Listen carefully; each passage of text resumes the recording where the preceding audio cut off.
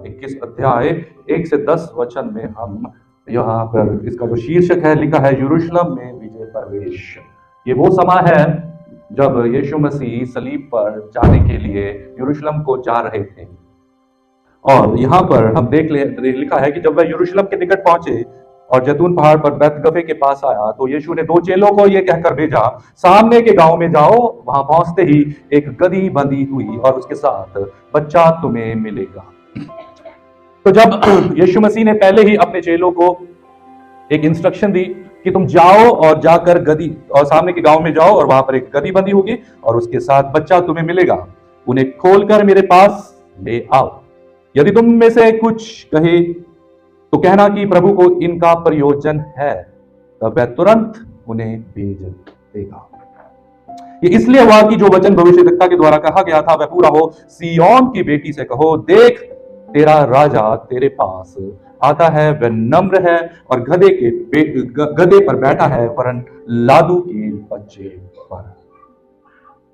Hallelujah. मेरे भाइयों, मैं उम्मीद करता हूं कि आपने इतने वर्ष को समझा होगा और जाना होगा कि यीशु मसीह ने जब यरूशलेम में प्रवेश करना था तो उन्होंने कहा कि मेरे लिए एक गधे का बच्चा लेकर आओ।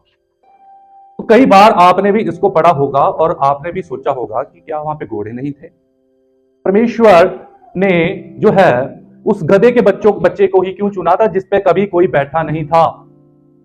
मैं आज इससे शुरुआत करना चाहता हूं मेरे भाइयों। आप अगर पुराने नियमों को पढ़ेंगे तो जो गधे थे वहां पर उसको शान की सवारी माना जाता था।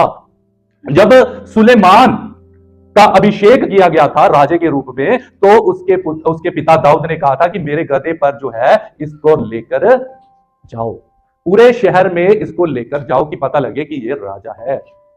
और यहां पर भी यहां पर ये जो वचन लिखा हुआ है, ये वचन जो है पुराने नियम में भविष्यवक्ताओं के द्वारा जो भविष्यवाणी की गई थी यीशु मसीह के बारे में, वो ये वचन यहां पर पूरा होता है।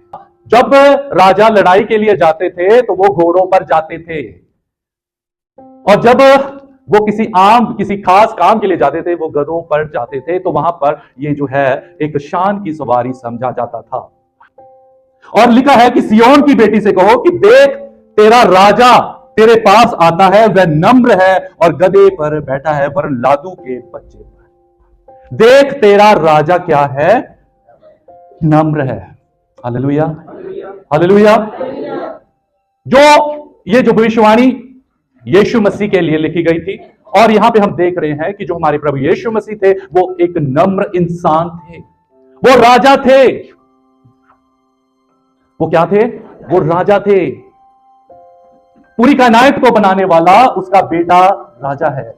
हालेलुया। और यहां पर हम देख रहे हैं वो नम्र है। जो राजा होते हैं जब वो चलते हैं तो वो कैसे चलते हैं? वो सोल्जर्स के साथ चलते हैं, सिपाहियों के साथ चलते हैं। पर जो यहां पर हमारा राजा है वो नम्र राजा है, उसके साथ सिपाहियों की उसे जरूरत नहीं है। उसके साथ कौन चल रहा है आप अभी थोड़ी देर में नीचे पढ़ोगे। उसे किसी हथियारों की जरूरत नहीं है। आज लोग अपनी रक्षा, अपने धर्म की रक्षा तलवारों से करते हैं। मेरे भाई और बहनों, परमेश्वर को किसी तलवार की जरूरत नहीं। वो राजा है हमारा, उसका राज्य हमेशा के लिए रहेगा। उसको किसी हथियार की जरूरत नहीं है। और उसकी प्रजा कौन है? हम थोड़ा सा नीचे जब आते हैं तो आप देखते हैं लिखा है कि चेलों ने जाकर जैसा यीशु ने उनसे कहा था वैसे ही किया और गधी और बच्चे को लाकर उन पर अपने कपड़े डाले और वह उन पर बैठ गया। तब बहुत से लोगों ने अपने कपड़े मार्ग में बिछाए और अन्य लोगों ने पेड़ों से डालियां काटकर मार्ग में बिछाई। हालेलुया। आप मेरे साथ हैं? जो उसकी प्रजा है उसके साथ जब यीशु मसीह चलते थे उसके साथ भीड़ चलती थी। क्यों चलती थी? क्योंकि वो चिन्ह चमत्कार करता था। वो परमेश्वर का पुत्र था। वो परमेश्वर जिसने जो है स्वर्ग को छोड़कर इंसान का रूप ले लिया और वो अब आखिरी हफ्ते में है, वो मरने के आखिरी हफ्ते में है और यहां पर वो यरूशलेम की ओर जा रहा है ताकि हमारे लिए और आपके लिए जो है वो पापों का बलिदान दे सके। उस गलती को जिसने आदम और हवा ने किया था, उस गलती का भुगतान करने के लिए वो परमेश्वर उस सलीब की ओर जा रहा है और उसके साथ लोग जा रहे हैं। और जब वो जा रहे हैं तो क्या कर रहे हैं लोग जो है, यहां पर लिखा हुआ है कि बहुत से लोगों ने अपने कपड़े मार्ग में, गौर से सुनना, और अन्य लोगों ने पेड़ों से डालियां काटकर मार्ग में, पहली बात क्या डाला उन्होंने, और दूसरी क्या बात डाली, डालियां, खजूरों की डालियों को काटकर जो है वो जो है उसके आगे रखा। जैसे हम देखते हैं कि जब हम कोई गेस्ट आता है, जो प्राइम मिनिस्टर, इंडिया का प्राइम मिनिस्टर के पास कोई गेस्ट आता है तो उसके लिए रेड कारपेट बिछाया जाता है। और यहां पर भी यीशु मसीह का स्वागत कैसे हो रहा है, लोगों ने अपने कपड़े वहां पर रखे कि जब यीशु मसीह जाए तो वो उसके ऊपर जाए, और जब वो जाए तो वो डालियों के ऊपर जाए। और लोगों ने क्या किया, लोगों ने कपड़े अपने दे दिए। तो लोगों ने जो है, ऐसा नहीं कि उन्होंने कपड़े उतार दिए, वहां के जो यहूदी लोग थे उनका एक बाहरी कोट होता था और उसको उन्होंने रखा, और लोगों ने डालियां जो है क्या की, डालियां बिछाई। आप मेरे साथ हैं? जो भीड़ आगे आगे जाती थी और पीछे पीछे चली आती थी, पुकार पुकार कर कहती थी, दाऊद के संतान की होसना, धन्य है वह जो प्रभु के नाम से आता है, आकाश में होसना। और लिखा है कि जब उसने यरूशलेम में प्रवेश किया तो सारे नगर में हलचल मच गई और लोग कहने लगे, ये कौन है? लोगों ने कहा, यह गलील के नासरत का भविष्यद्वक्ता यीशु है। यरूशलेम में जब प्रवेश कर रहे थे तो कोलाहल मच गया, क्योंकि वो जानते थे कि ऐसा आदर जो है खास व्यक्ति को दिया जाता है, और वो ये बोल रहे हैं कि ये इंसान कौन है। वहां पर कई जो है पर्व चल रहा था और कई लोग वहां पे इकट्ठे हुए थे। कुछ लोग यीशु मसीह को जानते थे, कुछ नहीं जानते थे, और वो पूछ रहे हैं, ये कौन? और लोगों ने कहा, ये गलील के नासरत का भविष्यद्वक्ता यीशु है। हालेलुया। मेरे भाइयों और बहनों, आज हम देख रहे हैं इस स्टोरी को, यीशु मसीह को, और यहां पर हम देख रहे हैं कि यीशु मसीह को एक गधे की जरूरत हुई और वो लोगों ने जो है उसके लिए उस गधे का इंतजाम किया। और यहां पर हम देख रहे हैं कि लोगों ने क्या किया, लोगों ने अपने बाहरी कपड़ों को उतार कर वो जो है वो आगे बिछा दिया। लोगों ने जो है पत्तियां, जो डालियों को काट काट कर, और वो काट काट कर बिछा दिया, और वो नारे लगाने लगे, वो परमेश्वर की महिमा करने लगे। और जब वो ऐसा कर रहा था तो यहां पे लिखा है कि वहां पर हलचल मच गई और लोग कहने लगे, वह कौन है? एक मिनट के लिए सोचे कि यीशु मसीह आपके लिए कौन है? क्या सिर्फ काम निकलवाने वाला है? क्या वो आपका पिता है?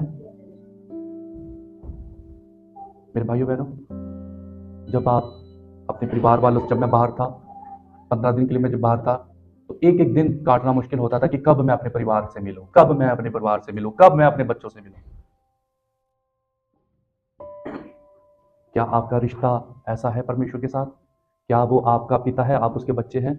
है, आप हो। परमेश्वर ने ऑलरेडी एक चीज को कर दिया है। जो मेरे प्यार होता है ना, वो दिखाना पड़ता है, बातों से प्यार नहीं होता, उसके लिए कुछ करना पड़ता है। लोग प्यार में क्या क्या कर देते हैं आपको पता है? मेरे भाइयों बहनों, परमेश्वर ने हमसे ऐसा प्यार किया कि उसने अपना इकलौता पुत्र दे दिया। वो परमेश्वर जो स्वर्ग में बैठा था, उसका पुत्र जो स्वर्ग में स्वर्गदूतों के साथ बैठा हुआ था, वो आया और इस मिट्टी की, इस धरती पर वो उसने चला, वो हमारे लिए इस धरती पर वो चला, इस धरती पर उसने पैरों में उसके लहू निकला, वो हमारे समान उसने इंसान का रूप लिया।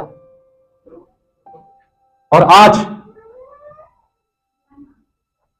परमेश्वर मेरे और आपसे ये बोल रहा है, अगर अभी भी हम उसके पास नहीं आ रहे, अभी भी हम पाप पे पाप कर रहे हैं, तो परमेश्वर का वचन हमें बताता है कि जब हम ऐसा करते हैं तो उसके लहू को हम मिट्टी में मिलाते हैं।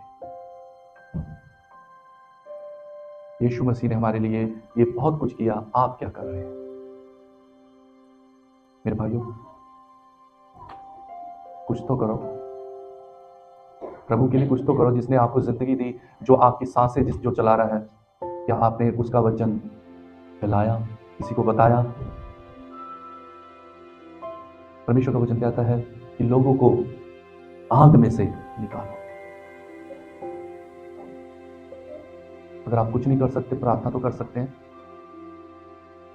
किसी दिन कोई व्यक्ति आपके पास आया था आपको बचाने के लिए, किसी दिन कोई व्यक्ति आया था आपको यीशु मसीह के बारे में बताने के लिए। क्या आप यीशु के लिए मार खा सकते हैं? क्या आप यीशु के लिए जान दे सकते हैं? मेरे भाइयों बहनों, परमेश्वर का वचन कहता है इंसान के लिए तो इम्पॉसिबल है, पर परमेश्वर के लिए पॉसिबल है। जैसे हिरनी पानी के लिए तरसती है, ऐसा परमेश्वर मैं तेरे लिए तरसता हूं। पिछली बार हमने आत्मा के द्वारा चलना सीखा था, उस वचन को मैंने कंटिन्यू करना था, पर पाम संडे आ गया। तो मेरे भाई और बहनों, आज परमेश्वर मुझसे और आपसे कह रहा है कि तुम्हारी दृष्टि में मैं कौन हूं। जरा सोचें। 19 अध्याय उसका 37 वचन से कोई जल्दी से पढ़े। निकट आते हुए जब वह जैतून पहाड़ की ढलान पर पहुंचा, तो चेलों की सारी मंडली उन सब सामर्थ के कामों के कारण जो उन्होंने देखे थे आनंदित होकर बड़े आनंद से परमेश्वर की स्तुति करने लगी। धन्य है वह राजा जो प्रभु के नाम से आता है, स्वर्ग में शांति और आकाश मंडल में महिमा हो। तब भीड़ में से कुछ फरीसी उसे कुछ कहने लगे, हे गुरु, अपने चेलों को डांट। उसने उत्तर दिया, मैं तुमसे कहता हूँ, यदि ये चुप रहे तो पत्थर चिल्ला उठेंगे। 41 से लेकर 44 में पढ़ रहे हैं। जब वह निकट आया तो नगर को देखकर उस पर रोया और कहा, क्या ही भला होता कि तू ही इस दिन में कुशल की बातें जानता, परंतु अब वह तेरी आंखों से छिप गई है। क्योंकि वह दिन तुझ पर आएंगे कि तेरे वैरी मोर्चा बांधकर तुझे घेर लेंगे और चारों ओर से तुझे दबाएंगे और तुझे और तेरे बालकों को जो तुझ में है मिट्टी में मिलाएंगे और तुझ में पत्थर पर पत्थर भी न छोड़ेंगे, क्योंकि तूने इस अवसर को जो जब तुझ पर कृपा दृष्टि की गई ना पहचाना। हालेलुया। आपने ध्यान से पढ़ा? कितने लोगों ने ध्यान से पढ़ा इसको? आखिरी बात में लिखा है कि क्योंकि तूने उस अवसर को जब तुझ पर कृपा दृष्टि की गई ना पहचाना। और यह बात प्रभु यीशु मसीह ने यहूदियों के लिए कही थी। उसे पता था कि यीशु मसीह के जाने के बाद क्या होने जा रहा है। यहूदी लोगों पे सताव आने वाला था, उनका मंदिर नाश होने वाला था। 70 ईस्वी में वो नाश कर दिया गया। पर यहां पे लिखा है यीशु मसीह क्या करने लगे? रोने लगे। क्या करने लगे? क्या करने लगे? मेरे भाइयों और बहनों, जब हम गलत काम करते हैं, हम यीशु के आंखों में आंसू को लेकर आते हैं। जब हम परमेश्वर से दूर चले जाते हैं तो उसका दिल उदास हो जाता है, और परमेश्वर इसलिए रोता है मेरे भाइयों बहनों, क्योंकि उसने अपने पुत्र को मेरे और आपके लिए दिया हुआ है। अभी आपके पास अवसर है, जैसे लिखा है कि तूने उस अवसर को जब तुझ पर कृपा दृष्टि की गई थी ना पहचाना। मेरे भाइयों और बहनों, ये कृपा दृष्टि का टाइम है। हम परमेश्वर के दोबारा आने से बहुत करीब पहुंच चुके हैं। वो परमेश्वर जो गधे पर जो है बैठकर यरूशलेम में प्रवेश हुआ, अब वही परमेश्वर वो घोड़े पर स्वर्गदूतों के साथ हमें लेने के लिए आ रहा है। अवसर को बहुमूल्य समझो, एक एक दिन कीमती है।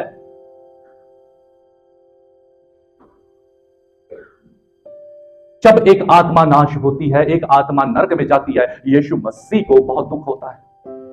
जो लोग कार्नल क्रिश्चियन हैं, तो स्वाभाविक, तो शारीरिक क्रिश्चियन है, वो परमेश्वर की आंखों में आंसुओं को लेकर आते हैं। मेरे भाइयों, अवसर को बहुमूल्य समझो। हमें नहीं पता कल क्या होगा। अभी बहन बोल रही थी, हम आ रहे थे, बहुत प्रभु ने उन्हें बचा लिया। मेरी माता गिरी, प्रभु ने बचा लिया। कुछ दिन पहले बहुत सारे लोग मर गए। यीशु मसीह आपके लिए कौन है? और यीशु मसीह आज हमें और आपको अवसर दे रहा है, इस चर्च में अवसर दे रहा है। इसलिए अवसर को बहुमूल्य समझो, अपने आत्मिक जीवन को मजबूत करो, प्रार्थना के जीवन को मजबूत करो, ताकि उन शिक्षाओं का सामना कर सको। मैं बार बार बोल रहा हूं कि आप शैतान को नहीं समझ सकते, उसको कई हजार सालों का एक्सपीरियंस है। अभी तो आपकी उम्र 20 और 30 और 40 हुई होगी, उसको वो आपको चुटकियों में गिरा देगा।